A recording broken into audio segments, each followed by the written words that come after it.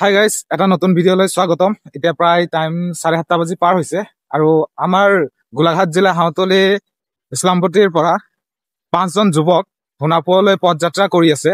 তাকে আমি তেখেতসকলক আগবঢ়াই আহিলো অলপ দূৰ, আৰু এতিয়া আমি আগবাঢ়ি আহি কমাৰগাঁৱত ৰৈছো। তাকে আমি তিনজন আহিছো আৰু তেখেতসকলৰ কাৰণে ইয়াতে অলপ দেৰি ৰৈ আছো।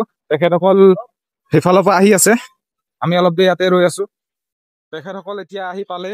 এই 3জন যুৱক আমাৰ গাঁৱৰ হয় আৰু বাকী 2জন আছে এয়া পিছফালে। তেখেতসকলো আহি পালে। আমি তেখেতসকলক এতিয়া তোমালোকে ভালকে যাবা দেই, তোমালোকে।